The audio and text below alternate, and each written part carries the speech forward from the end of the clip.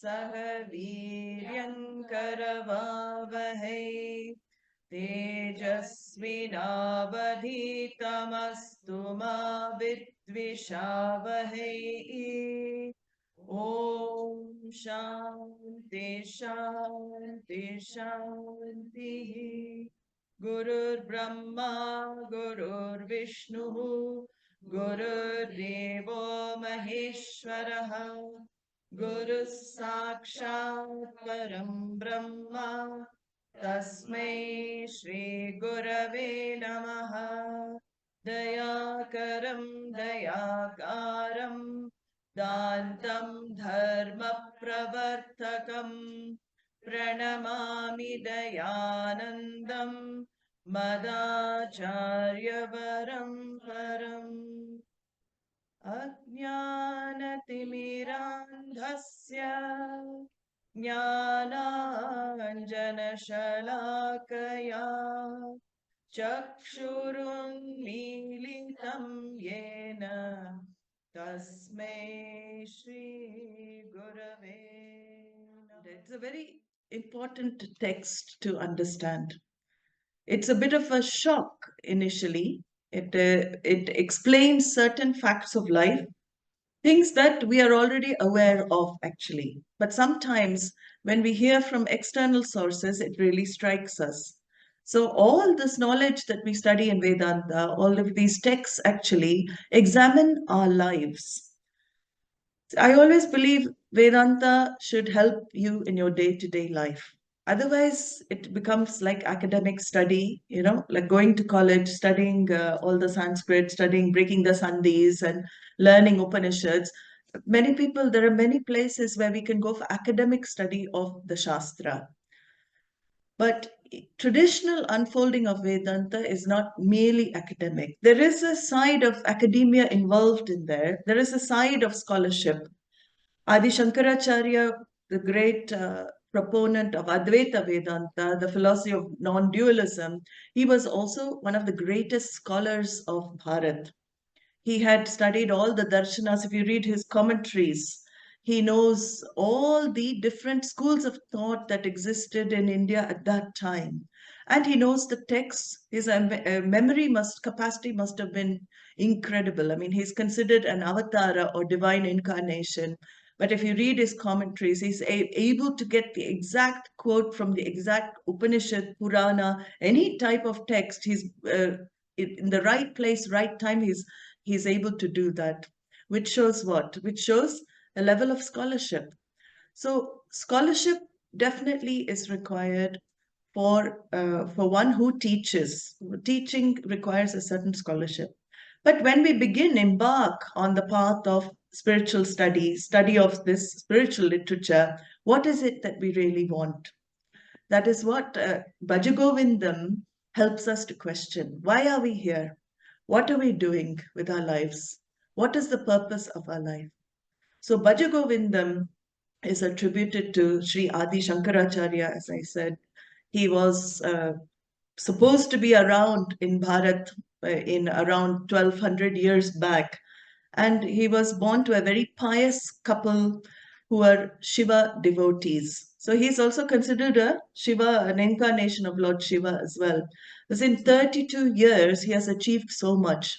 If you see the literature, everything he has contributed towards this Advaita Vedanta tradition, a normal human being could not have done in 32 years. And he also has established certain mathas or certain institutions, length and breadth of India, so 4 corners of India. In fact, those were the Char Dham, or original Char Dham were the mathas he established. Now the Char Dham has become only this location. So this Kedarnath is a place where he is supposed to have just walked off into the Himalayas, and people have presumed that he, passed away at 32. But actually, he actually walked into the mountains, and nobody knows what happened after that age. There's no anything note of him after that age.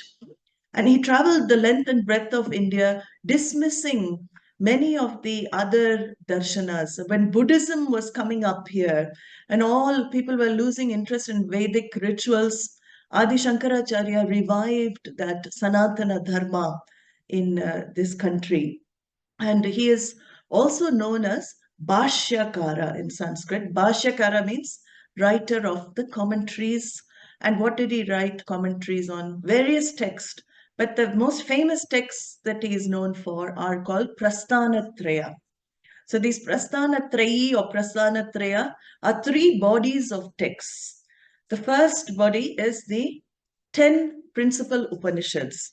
So out of many, many Upanishads, people say there are 108 Upanishads, but actually there are innumerable. We don't know, many have been lost over time. 10 principal he picked, and he wrote particular commentaries for those 10 Upanishads. And then the second body of text is, of course, the Bhagavad Gita. Bhagavad Gita is written for all 18 chapters, explaining what Bhagavan is communicating to us. So he's taken every verse and he's unfolding it, and it gives great clarity on what Krishna is saying to us. Because Krishna assumes the role of teacher in Gita, and some of the verses can be quite cryptic. So Adi Shankaracharya has written vast commentary for Bhagavad Gita also.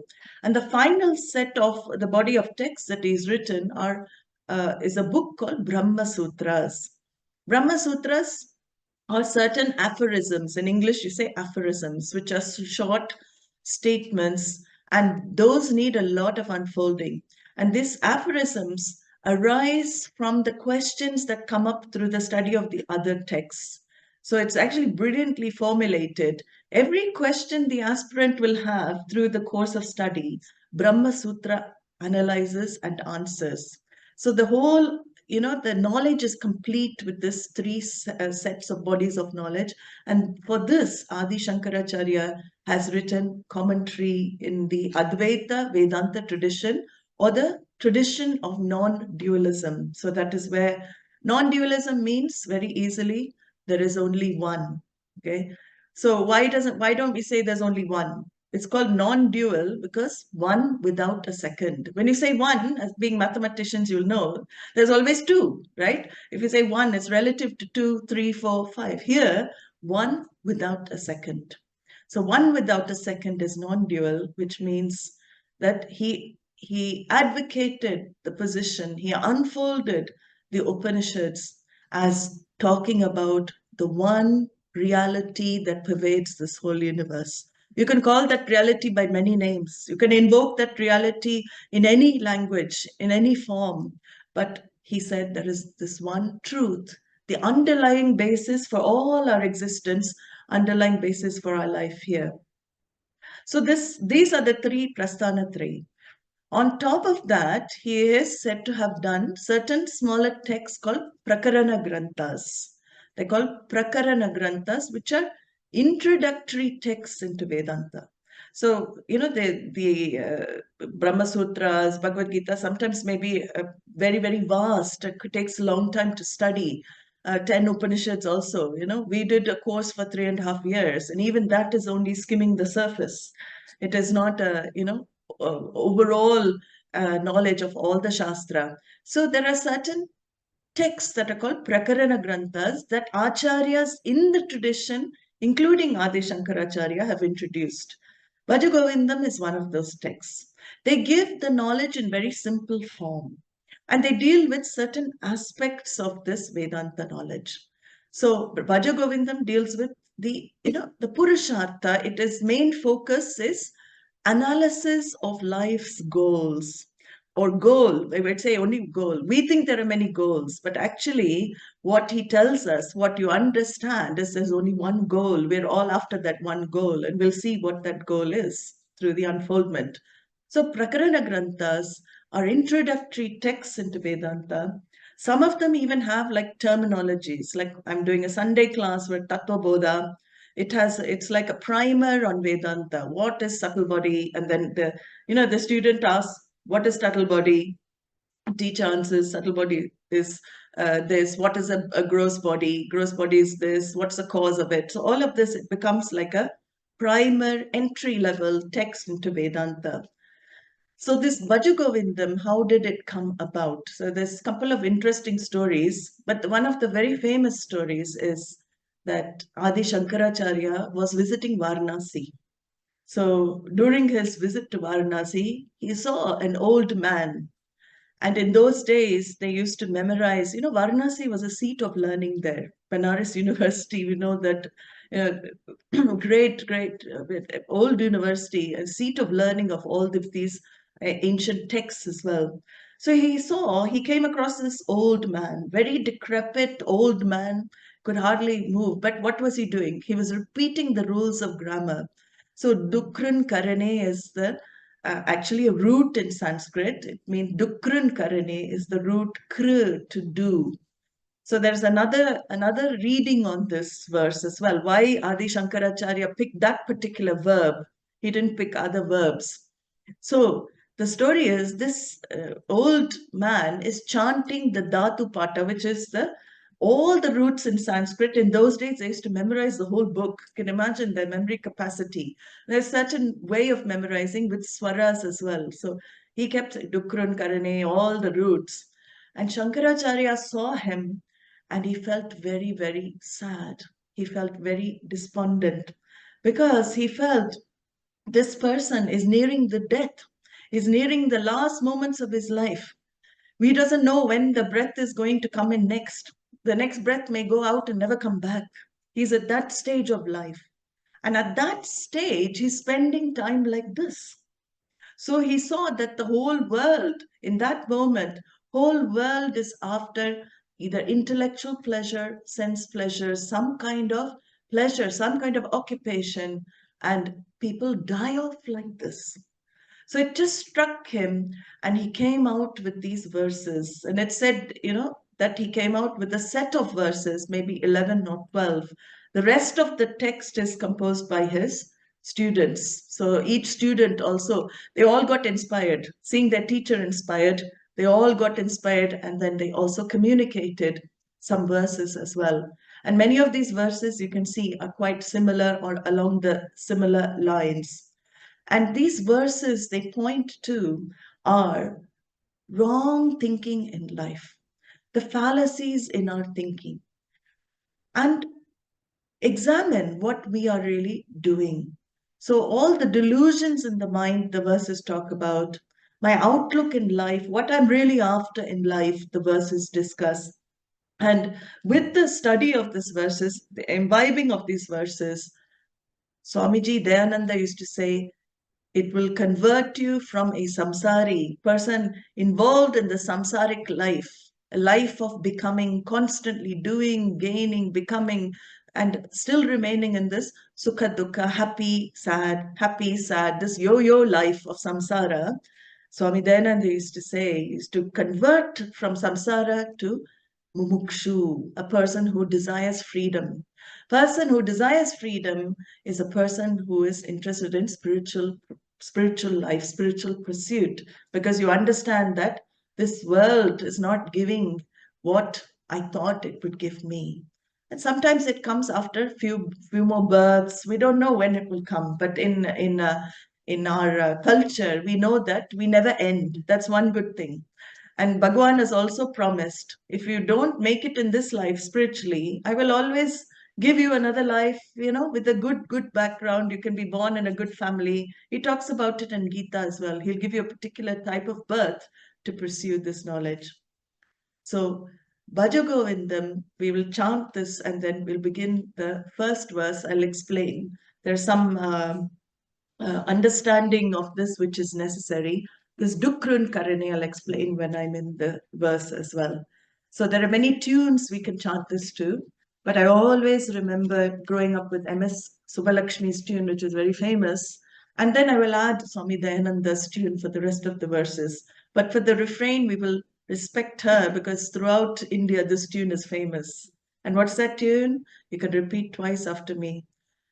Bhaja Govindam, Bhaja Govindam, Bhaja Govindam, Bhaja Govindam, twice. Bhaja Govindam, Bhaja Govindam, Govindam Bhaja Mudamate. Govindam Bhaja Mudamate. Govindam Bhaja Mudamate. Samprapte Sannihite Kale. Samprapte Sannihite Kale. Samprapte Sannihite Kale. Nahi nahi rakshati dukran karane. Nahi nahi rakshati dukran karane. Nahi nahi rakshati dukran karane. Together, Bhaja Govindam, Bhaja Govindam, Govindam Bhaja Mudhamate Samprapte Sannihite Kale Samprapte Sannihite Kale Nahi nahi rakshati dukran karane Nahi nahi rakshati dukran karane Bhaja Govindam Bhaja Govindam. So this is the refrain. After each verse, usually it's chanted. We'll see the meaning of it. But basically, this verse is a wake up call. As I said, it's like an alarm for siren, a warning siren for everybody. Bhaja Govindam, like in Vivekananda, Swami Vivekananda, very famous verse he quoted from Kathopanishad. You may know the English of it, which is arise, awake, stop not till the goal is reached. Uttishtata, Jagrata, Prapya Vara Nibodata. This is exactly what Bhaja Govindam is about. Stop not till the goal is reached. What is this goal? You can use any goal, but here it is a goal of life. And he makes us think, why am I here? Do we ask these questions? This is what Adi Shankara says. Ask yourself, why am I put on this earth? Why are we here? Why are we born? What am I doing? What am I doing with my life? Yes, I may know I'm doing this or that, I'm studying this, I'm going to this job, all of that. But what is it? What is it I'm really doing and what for? We should see, why am I doing what I'm doing? What for am I doing? Right? And questions us, who is Bhagavan? What is this God that we talk about? Who is this Lord we worship? We talk about, we hear about, especially in Bharat, you hear about Bhagavan all over the place. Anything is worshipped. But what is this Bhagavan? And what are these, experiences I'm facing in my life? Going through certain things in life which I'm not in control of. Things seem to be happening in life. I don't know how things unfold. Do we ever question all these, things? We don't have time. So at least for 4 or 5 days now with this retreat, we have some time to question all of these things. And he talks about the goal in life.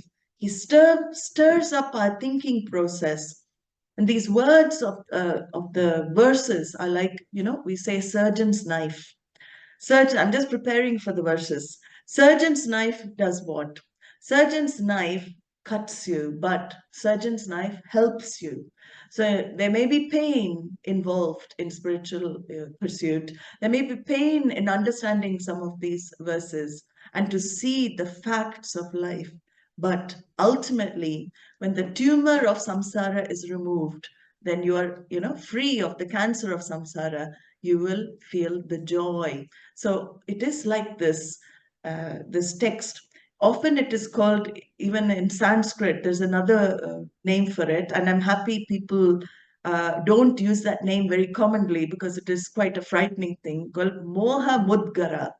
Moha Mudgara means the hammer of delusion. So it is like the hammer that destroys delusion, the hammer blow. Moha Mudgara is another name for this text. So this first verse, what does he say? I will give you the basic meaning and then we will unfold it. He says here, worship the Lord. Govinda can stand for any form. It doesn't have to be. Generally, we associate Govinda with Bhagavan Krishna. But Govinda, we'll explain. In Sanskrit, actually, it has more meanings. So you'll see it is any form of divine. Worship the Lord. Bhaja Govindam. Worship the Lord. Bhaja means it comes from the root bhaj, to worship. And Muda Mate. So he sees this old man and he calls him Muda, literally means fool. But here it is not taken as fool. Here we will see the unfoldment of it. In this context, it is someone who is deluded in life as to what the goal is in life. So Muda Mate means one who is not clear, one who is confused. He says, Samprapte Sannihite Kale. We'll see when death is around the corner, death is approaching you, the rules of grammar can never save you. Will they be able to save you? They cannot save you. So, Bhaja Govindam, worship the Lord, because it is the Lord who will be with you throughout your life and after the time you leave your body as well. Nothing else will come with us. So, Mudha here, this is the main idea of this verse. Mudha is one who is deluded with reference to what we call in Sanskrit as Purushartha. So we're going to see very briefly, some of you have already seen Purushartha, but it is important to revise and revisit constantly this topic in Vedanta to see what we're really after in life. So Purushartha actually in Sanskrit means Purushehi artyate iti Purushartha.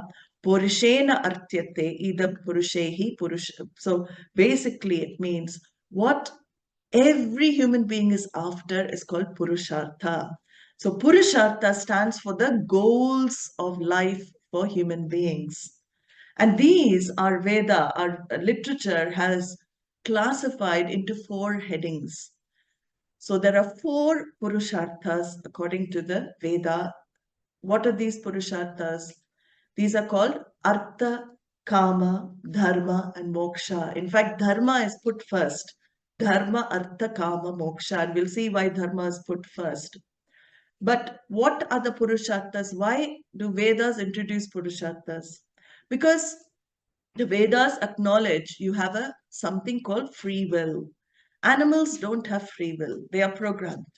But human beings have something called free will. What is this free will?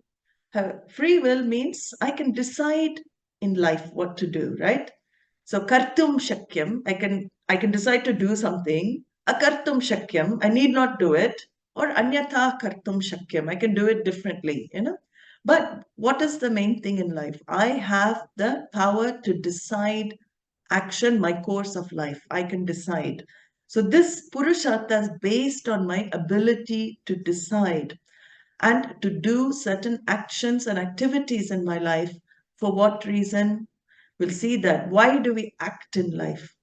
Every human being you can ask, they will act for a certain one thing. Everything comes down to one thing. But there is the first Purushartha. We act for what we call Artha. Artha means securities. So I don't feel secure because I go after securities in life, not just financial security. Because when people talk about Artha, they feel, oh, if I have a very big bank account, I have a lot of mutual funds, I have things stored in this bank, that bank, I've got investments here, there, house, properties, then I feel secure, right? Many people have this idea of security, and also for the children, we want to leave something for the children, so we don't we want the children to feel secure. So parents also have that worry, what will happen after I go, right? What will happen to the children? So securities becomes one of the big pursuits for human beings, because I don't feel secure. This reveals what? That I go after security means I'm not feeling secure. And securities are not just, in form of, as I said, in the form of wealth. Securities also can be in the form of relationships. What else makes me feel secure? If I have this person in my life, I feel secure. If this person is not there, I'm in panic mode. I can't bear it, right? So that is called security through other people, relationships. See, one thing where I will say is that Veda doesn't say anything is wrong, okay? There is no, one should not feel guilty. We're just looking at facts. So there's nothing wrong or right in this. We're examining what we're really after in life and why we're acting. It is very human to look for security. So it is not anything wrong. But we have to again examine why we're looking for security in relationships, why we're looking for security in finance, why we're looking for security in objects. Some people are very, I know one lady, very, when I was living in an ashram before, when I was younger, and she had given up everything. She had, everything meaning family, everything. She had left everything to live in the ashram, old lady. And she was very, very happy doing that, but she lived very simple life. But she had false teeth. So every day she was so attached to her false teeth box. Nobody could touch her false teeth box. Everything was given up. But the box where she kept the false teeth, she would not allow anybody to touch it. She always wondered, where is that box? Where is that box? There's a special box built for her teeth to take out at night. And she even slept with that box near her bed. So security, it differs from person to person. Okay, some people may find security in that. Someone else may find security in something else. But the common thing is that we all look for some security. So objects give us security. Wealth, of course, gives us security. I love also children. Children give me security because what do people feel? Oh, in my old age, they will take care. This is a type of security. People have that thought. It's very natural that my children, but can we guarantee that these days? Can anybody guarantee such things? Everybody is living 50 million miles away from each other, all over the world. That also can't be guaranteed because each individual being, child is also an individual being. You are managing trustee over that child. It doesn't actually belong to you. So that is, you manage the child, you give the child whatever it needs, but it has its own prarabdha. We'll see that it has its own karma to do. So we cannot live through the child and expect the child to give us security. This is something we'll also see. Security is also anything that can give you ego boost. So what gives you ego boost? Name. That's what society goes after, some name. I also have, just looking back at my experiences, I remember meeting this person at the airport, very old couple, elderly couple, and they had a lot of luggage. So at that time, I was, very young, I could do that. So I said, may I help you with this and everything? And when just we helped with the luggage, and then he said, do you know who I am? Then I said, no, I'm sorry, I don't know. So he flipped out his visiting card and went tick, tick, tick, tick, tick, tick, with all the, list of degrees and all his positions in the government. He was some big government official from Sri Lanka, actually. So this is also security. Your qualifications, your position, everything defines you as well as a person. So without that qualifications, who am I? So these are all feelings of anything which gives you ego satisfaction. That power gives you ego satisfaction, name, fame, all of these things that societies, not just one society, throughout the world, you see societies promoting this type of life, getting this, getting that. So this is another security that we look for. Future security is also there. What is going to happen to me in future? So I keep, insure everything. My body parts. I don't know about here, but in the West, all the body parts are also insured, Your leg is insured, your arm is insured, everything is insured. So much insurance. Insurance companies do well. Insurance is for security again. So, this is my first pursuit in life, the seeking of security, because I am insecure. It reveals to me. Then, what do I use with my, if I have a lot of security, financial security, what do I spend it on? Sometimes some people keep it there, but that also makes them happy by storing it. Some Swiss bank accounts, many crores are there stored. Nobody is spending it, it stays there. But we want to spend on karma. That becomes a second pursuit. See, karma sometimes is translated as lust, desire. It is more than that. It is anything that gives you pleasure in life. So many things give pleasure, but something that gives you pleasure may not give me pleasure. So pleasures also vary according to the likes and dislikes of a particular human being, right? I like certain things, I don't like certain things. So what I like will give me pleasure, what I don't like gives me displeasure, and what gives me displeasure may give somebody else pleasure. So it is not the object. So you have to note this.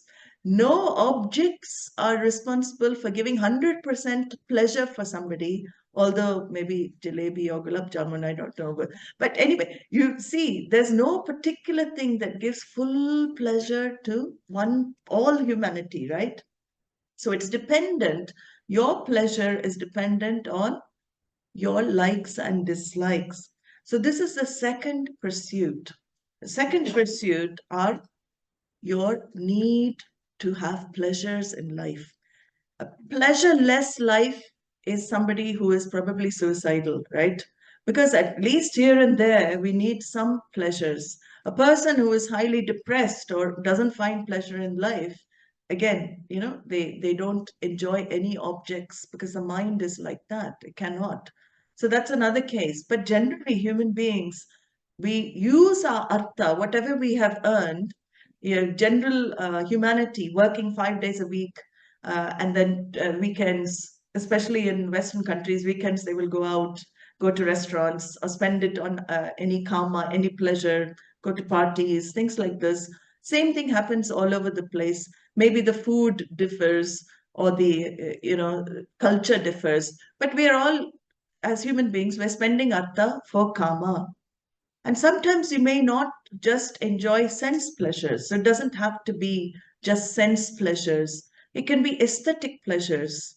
That's also a type of pleasure. Going to a museum, art gallery, looking at the drawings, that also gives a certain pleasure to us. So I feel happy. Some people like to be in nature. They like to, just be with if you sit by Ganga, you can also enjoy that mountains and the river flowing, beautiful.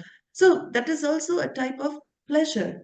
Reading books is pleasure. Intellectual pleasure is also there. You may not like other things, but you may like to read a book. You may enjoy the intellectual pleasure.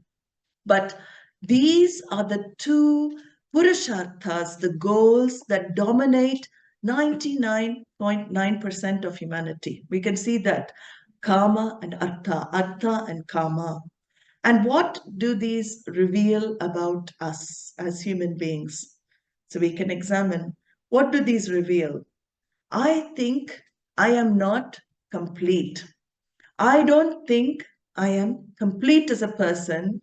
I don't feel fully satisfied as a person. Now, why do I say that? These reveal this because I think by changing myself, by changing my situation, changing something, I am going to feel complete. I'm going to feel whole. Whole lifetime, if you look, I'm making changes in my life. If I don't feel happy in one house, I'm changing my house. I know one lady who changed 11 houses within 2 years. She didn't feel happy in this house, that house. She kept moving. Poor husband, he was so compassionate and patient. So he moved along with her. But is it the house? We have to question. The constant changing situations, changing things, what does it reveal about us? It reveals that there is a innate sense of inadequacy, sense of lack. Because if I'm not feeling dissatisfied, I won't need to make any changes. So artha kama are signs that of that fundamental disease. What? The disease to change something, disease to become something, disease to do something more, disease to achieve something. And we call it a disease because we'll see why that is called a disease, because there's one thing through all the pursuits that we are after. So, this karma, we can examine pleasures. Yes, we love pleasures. But the texts actually ask us to examine the limitations of pleasures. Let's say examine an object. Any object you take, I usually take my iPhone, but it's not here with me. But I take the iPhone, right? And what do we discover looking at that object? So the first dosha or the first limitation of the object is sapekshitvam. Sapekshitvam means what? That I have lost some money in gaining that object. So my bank account has gone down to gain that iPhone, right? And then I'm very happy with the iPhone. But then what does Apple do the next month? They release the next model. So it's already gone to double figures. Who knows? It's going to be iPhone in 10 years, iPhone 101 or something like that. God knows, three figures. So that is called satishayatvam. Every object is subject to improvement in life. So even if I've gained something, I'm happy with it. How long will the happiness last? I've lost, my bank account has gone down to get that. And at the same time, the object is also improving. Then what happens? My interest in it also goes. It starts going. Again, I'm in square one again, right? I'm at square one. I haven't discovered that fulfillment I thought I will get.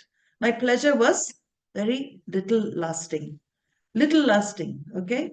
Then atripti karatvam, the third, another defect, limitation. Atripti karatvam is again similar, linked to it. It is not satisfying. Once the next model comes out with the new camera, this one is forgotten. I want to get the next one. It is not satisfying fully. And Bhagavan includes another limitation of all objects. We're only taking one, but you can examine anything in your life that you feel very drawn to, you feel close to. So, dukkha mishritvam. He says that same thing that gives you so much pleasure has got a tinge of dukkha as well, unhappiness. It can give you unhappiness. So I dropped my iPhone. It is not insured. Actually, I have dropped mine and the glass is broken. so so what happens? It's given you dukkha, same object that gave you so much pleasure. Now it's a source of dukkha. Dukkha mishritvam. So anything in life, you take anything. In fact, this applies to people, human beings also. Everything is put under this heading, anything in the world.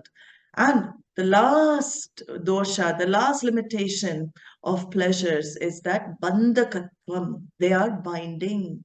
Means that when you feel a lot of pleasure from one thing, you want to get more and more pleasure again and again. You keep going after that thing, right? That is also natural, but mind keeps going after. And then you become what? Addictions begin like that, right? You become bound. It has the ability to bind you. So these are the limitations that the scriptures, Shastra, asks you to look at through all the pleasure pursuits in your life. So Artha Kama, now we have discussed the first two Purusharthas.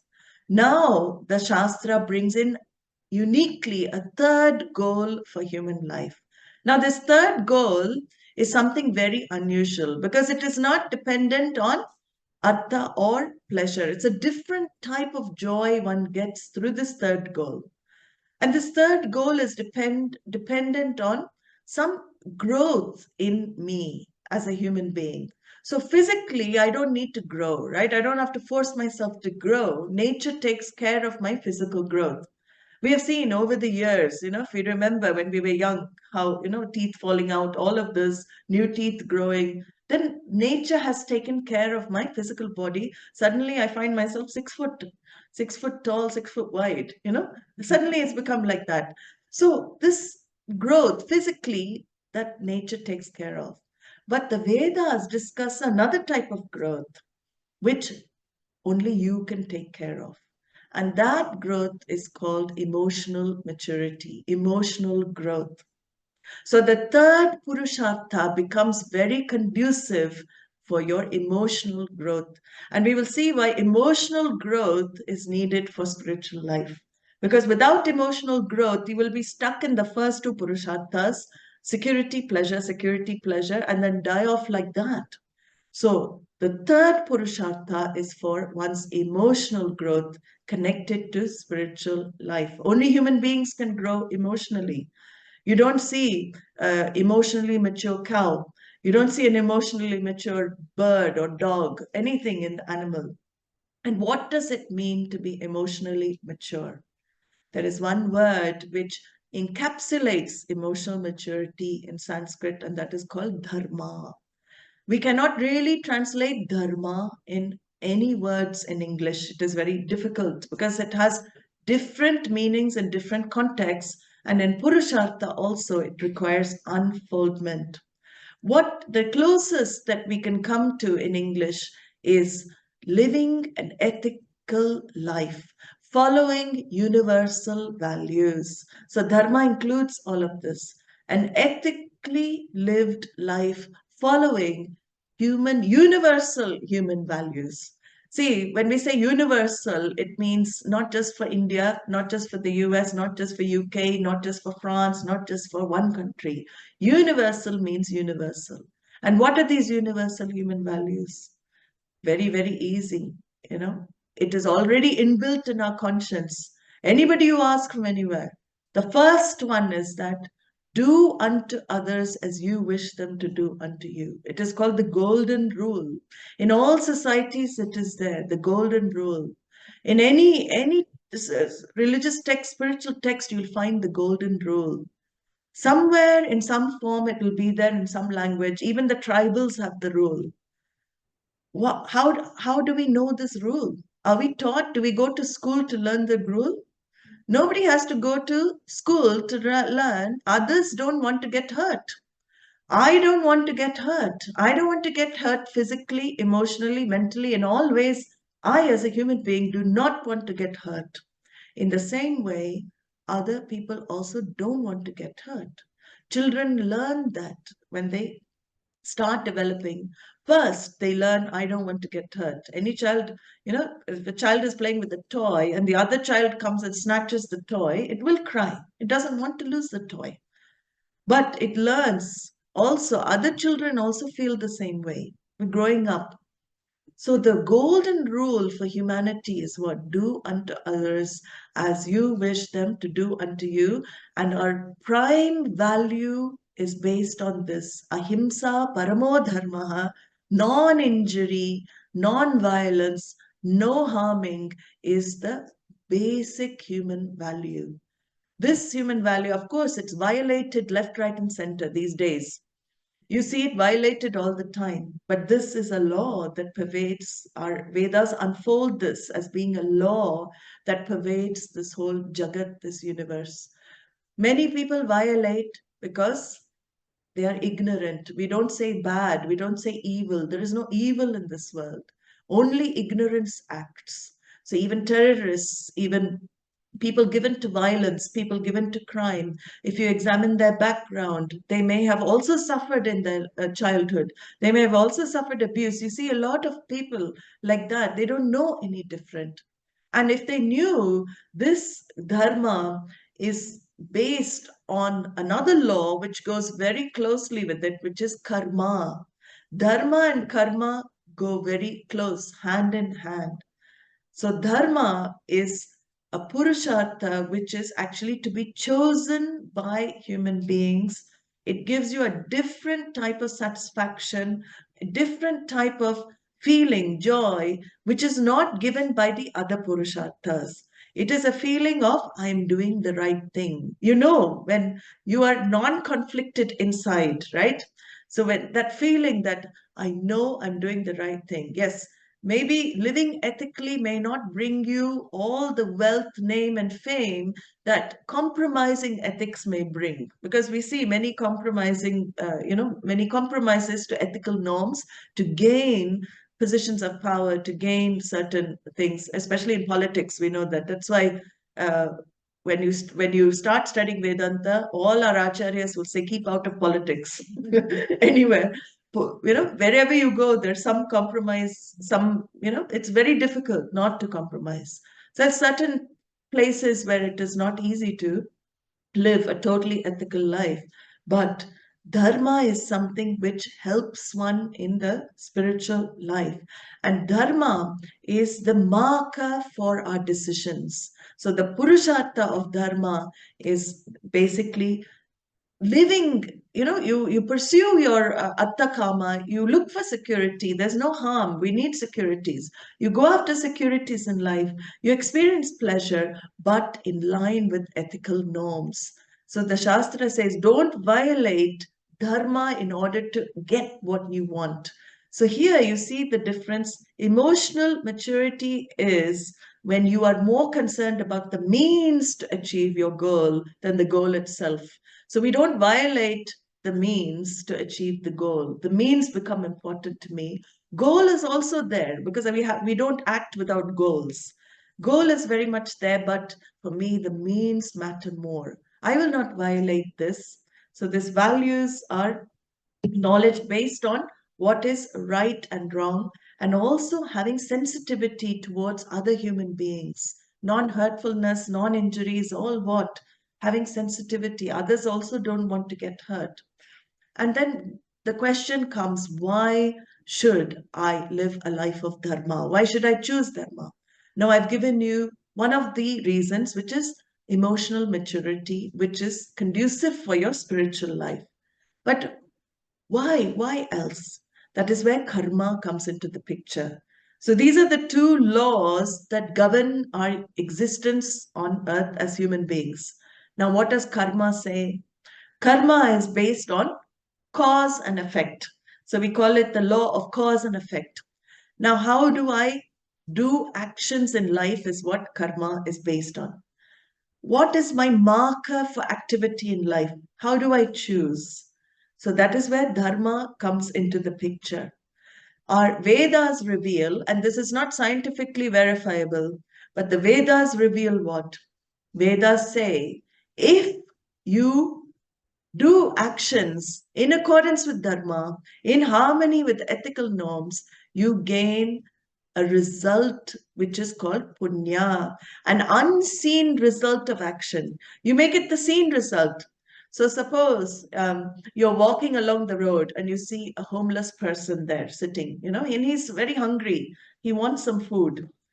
So what do? You go to the nearest cafe, you go to the nearest restaurant, you buy him a meal, and you give this person a meal, and he gives you a smile. He can't give you anything else. He gives you a beautiful smile. And what does that smile do? That makes you happy. That in that moment, what happens? You feel some you feel some joy inside. So it makes you happy inside. So this is called drishta phalam. Drishta phalam means immediate result of action. Immediate result of your action gives you satisfaction that you have made a hungry person happy, and that smile is enough for you. You don't want anything else. So drishta phalam is there. But the Vedas reveal something else is also going into your account. What is that? Adrishta phalam. Adrishta phalam means unseen results of action. So for every action, there is a seen result and there is an unseen result. So your giving of food to a hungry person has produced a result called punya, which goes into your invisible account held by Chitragupta. We say, we give Akashic records. So our karmic account, we all come with karmic accounts. So that punya, you've got one tick mark there now in your account. So what does that do? Well, how does it manifest? Every culture will have some word to explain punya karma. Every culture. What is that word? That word will be luck. Luck means you're at the right place, right time, all good things happen. So anything that happens to you, when you see in life, when sometimes, some days we have the, kind of feeling, everything's going my way. We say that, Oh, I got out of the right side of bed today. Usually we say wrong side. I got out of the right side of bed today. Everything is, I'm just in the right place. I go for my job interview, and I'm exactly what they're looking for. All the candidates they don't want, they want me. And they increase my salary, everything like that. It just happens, immediately. That is called punya karma. That is an invisible result manifesting from your bank account because you have not created it, right? Uncreated situations that give you pleasant situations, pleasant results are called the results of punya. And opposite, we have the opposite as well. Not every situation we have to face in life is punya, right? We have an opposite account as well. What is that? Papa. Papa account is also there. And how is Papa created? So if punya is when you live in harmony with dharma and you do your activities using dharma as a marker, Papa is created by violating dharma, going against ethical norms to do activities. Now, if everybody would understand these rules and these laws, and if people actually abide by these laws, there would not be any criminals in the world. There will not be anybody given to crime. Because you understand, when I do a wrong action, I'm doing it for my own detriment. I'm doing it for my own future. It's going to manifest definitely as what? Bad luck. So if you have good luck on one hand, you have bad luck on the other. Like Swamiji Dayananda used to say, when you're catching a bus, so the four results of karma that you can have. You want to catch a bus. So you're standing on the opposite side of the road and the bus stop was on this side. And you walk across and the bus comes and you get on the bus very happy, equal to what you want. Your action has given you what you want, right? Then what happens? You cross the road, and just as you are there, the bus leaves. So you get less than what you want. It is not what you wanted. Then the third scenario, you cross the road, and what happens? Your friend drives up in his new Mercedes and says, "Oh, I'll give you a ride wherever you want." You get much more than what you want. You didn't expect that result of action. And the last thing that can happen, you cross the road and suddenly you wake up in the hospital with all the plasters on you can't even see your face, you're plastered full body, and you don't know what happened. So you get totally opposite what you want. You got run over. So you didn't even make it to the bus. So you can see these four actions, four things, results are everything in life that we can get. More than what we want, we can get equal to what we want, we can get less than what we want, we can get opposite to what we want. More and equal is called punya. Less and opposite is called papa. So this is how things work. Less and opposite, we always try and avoid, right? Who wants to get less? Who wants to get opposite? So all of us are actually after punya in life. We love pleasant, pleasant, pleasant. All life, if it is pleasant, pleasant, we'll be very happy. But pleasant, pleasant, pleasant never makes us grow in life. So dharma is for self-growth. It's based on your power to choose, based on your ability as a human being as opposed to an animal. Animal does not have choice. If I stand behind a donkey, it will kick me. It won't say, "Oh, this is a Swamini, I won't kick this Swamini." It doesn't have the choice like that. It kicks because it's programmed. So dharma becomes a third purushartha, and it is a very important purushartha for human beings to follow. I just want to finish with the last purushartha because we're doing, and this last purushartha, in fact, is as though purushartha. So we'll see that. But first of all, what do we understand from all these purusharthas? Let us see what we understand. We want to get out of this feeling of limitedness as an individual. There is a feeling, I see there is a feeling of self dissatisfaction, self rejection, self disapproval. Because I'm not happy with myself, I keep going after things in the world. And if we really look, this is the basic fundamental problem for all human beings. We have this sense of self. Whatever we do in life, it just doesn't seem to be enough. If I get a promotion, I want another one the next year. If I get that promotion, I'm not happy with it. I want something else. We keep going after all of these things in life. So, as I said from the beginning, we are attempting in life, if you look, to change ourselves, body first, so many diets, this keto diet, this diet, that first of all, I'm not happy physically, as soon as doing all sorts of things to change myself physically. Then mentally also, I'm not happy with my mind. So all these, these camps and things like, not this camp, by the way, but other things, other techniques and things they have, you have this thing to change the mind in some way as well. So all these attempts are to change myself, to feel better about myself, gain something to feel better. So this gains, I if I acquire this, I will feel good. If I get this, I will feel good. So this is called the gain within time and space. This is what the gain we know. Now we can put Atta, Kama, Dharma all into gains. Everything is a gain in time and space, and this is the gain we know. But the Veda actually talks about some other type of gain. There is another gain which is not within time and space. Now, how do we explain that? It is a gain of the already gained. It's as though in time and space.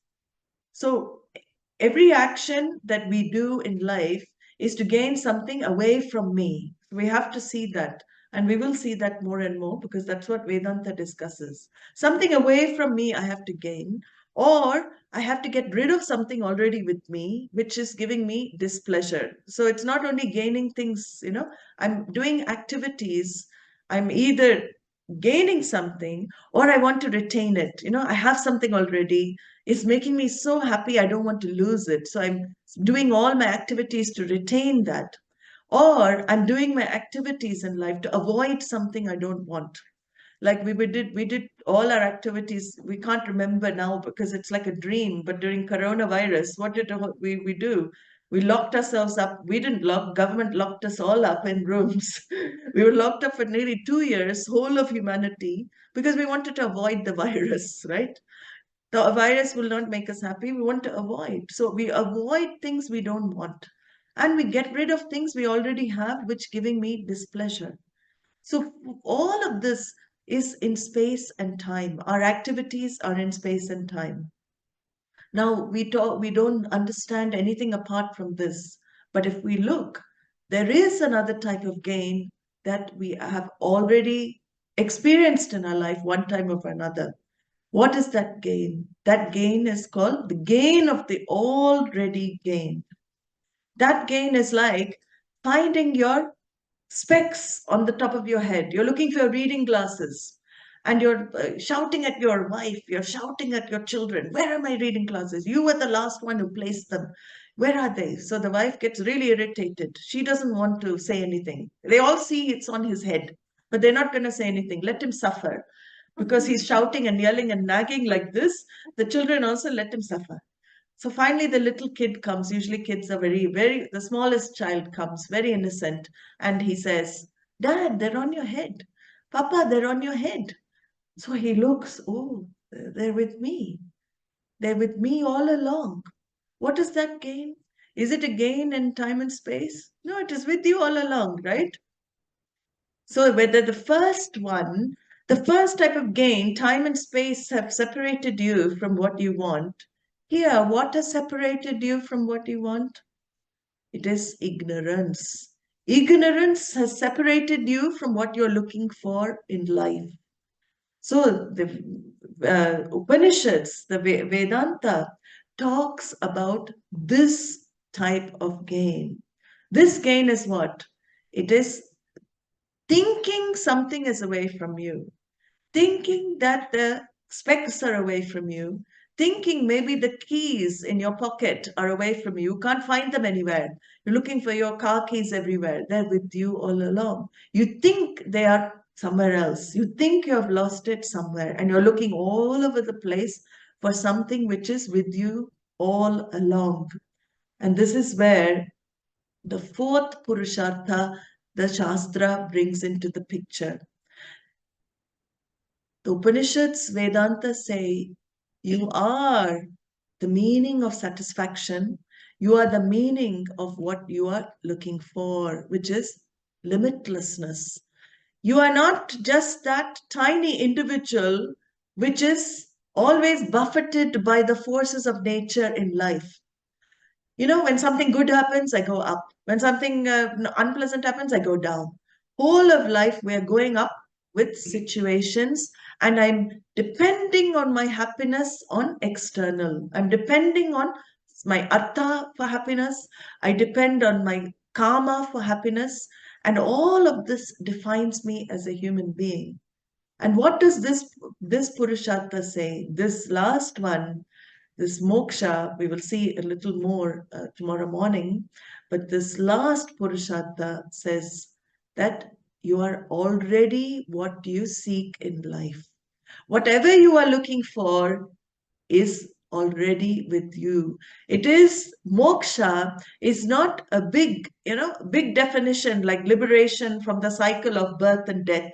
We read that dictionary definition. We don't really know what is going to happen after death. So we're not bothered about that definition.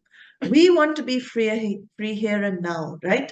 Or as human beings, how do we want to live our lives? We want to live our lives happily. We want to live our lives freely.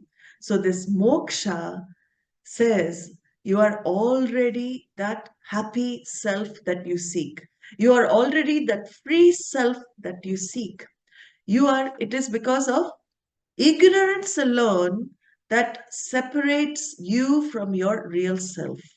You don't know who you really are, so you take yourself to be what you are not.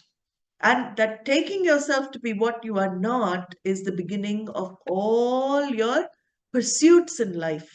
Because you don't know yourself as fullness, as completeness, then all the other pursuits you have to keep doing in life. And here Vedanta says, hey, wake up.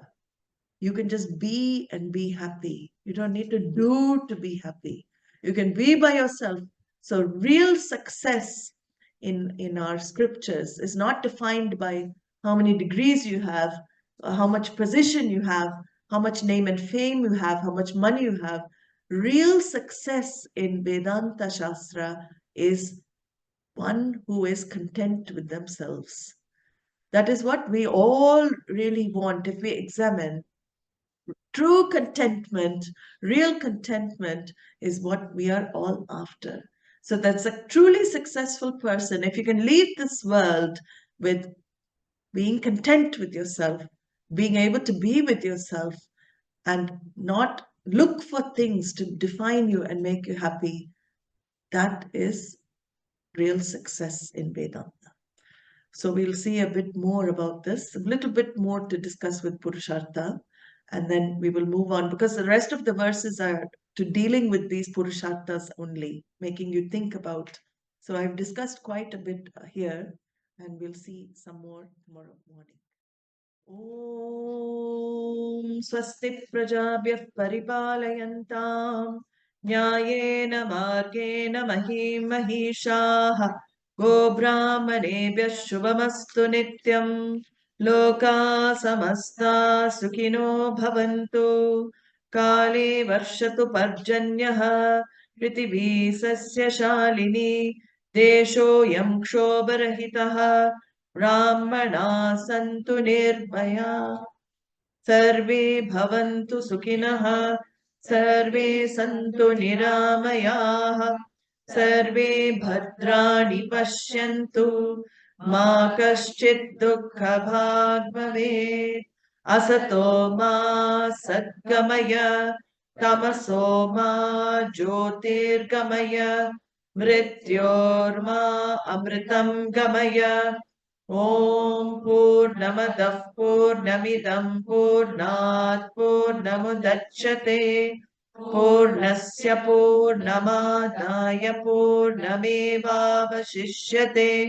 ॐ शान्ति शान्ति शान्तिः हरिः ॐ श्रीगुरुभ्यो नमः हरिः ॐ